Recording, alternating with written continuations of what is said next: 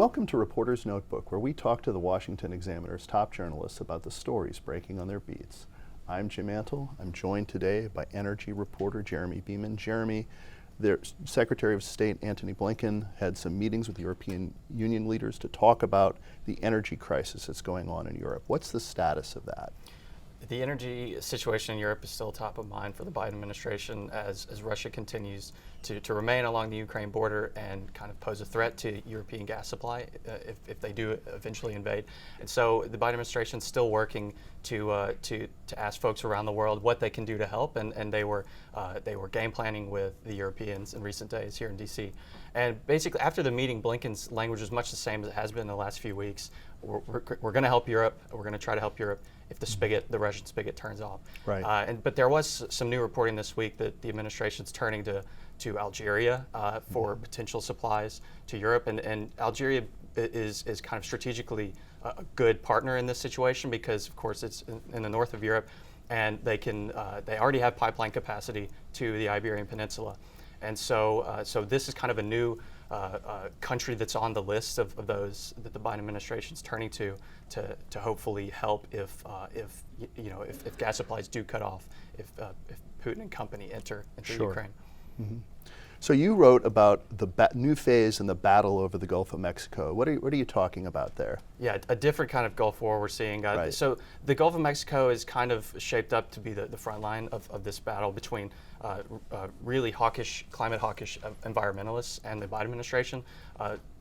They're really displeased with what Biden has done, or rather failed to do, on the exploration, the drilling of fossil fuels on federal lands and waters in his first year in office. And so there are two developments on this front this week, kind of on opposing sides. More than 300 groups formally petitioned the Interior Department to stop all new drilling permits in the Gulf, where there, of course, are millions of acres on existing leases.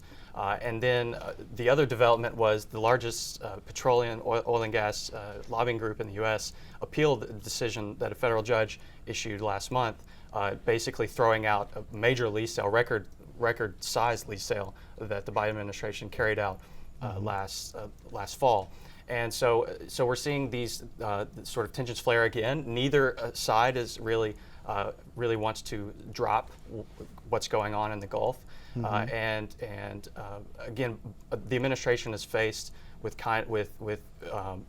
picking between what it's going to do on federal lands and waters, whether it's going to allow them to continue to be developed or scale them back in the name of climate change. Of course, their environmentalist constituencies want them to scale them back. They desperately want that.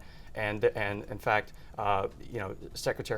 Interior Secretary Deb Haaland was the recipient of this petition demanding that they stop issuing new drilling permits. So the administration is going to have to take a position on this particular appeal that the American Petroleum Institute moved forward with in recent days, and because they were the original defendant to the lawsuit that these groups brought and won when the judge threw out the lease sale.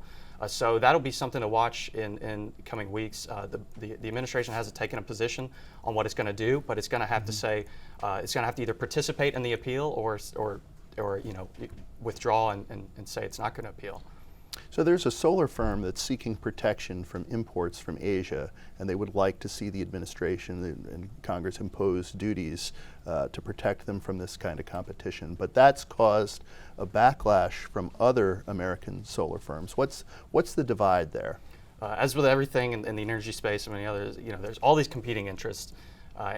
So this kind of goes back to last fall when this anonymous group of solar firms petitioned the Commerce Department to put they're called circumvention duties on imports from Malaysia, Vietnam, and Thailand of solar cells and modules. And basically, the argument was a lot of the manufacturing of these products starts in China, and so because of that, these domestic U.S. firms argued they should be subject to duties that are imposed on Chinese imports. Right.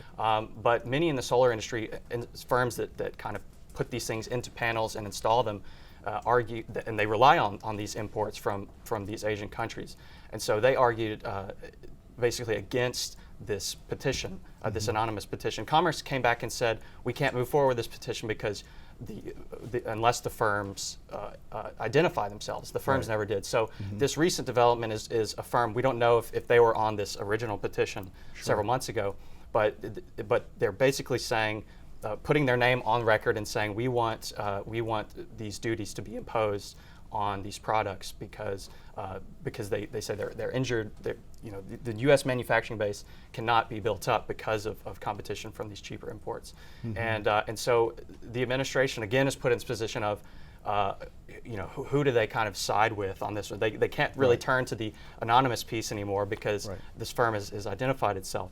So we can expect some kind of ruling on that in the future, and industry group that I spoke with about this supports over 1,000 firms across the solar industry, installation, steel, folks that create all these kind of products and services in the solar industry. Again, oppose this new petition on the same grounds, basically that the administration wants to build out the U.S. solar capacity. We need these imports in order to do that, and that tariffs are not a way to build the U.S. Manufacturing base for these solar products.